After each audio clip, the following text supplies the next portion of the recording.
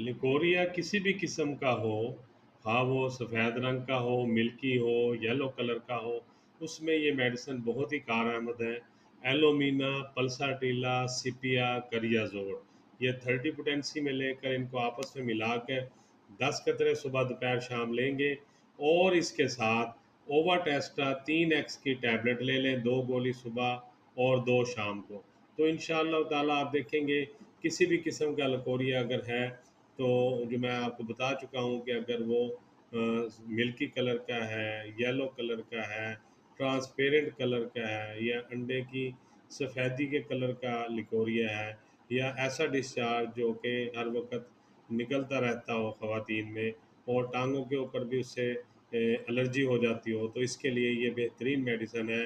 एलोमीना, pulsatilla, सिपिया, करियाज़ोट 30 potency में और ओवाटेस्टा 3x में।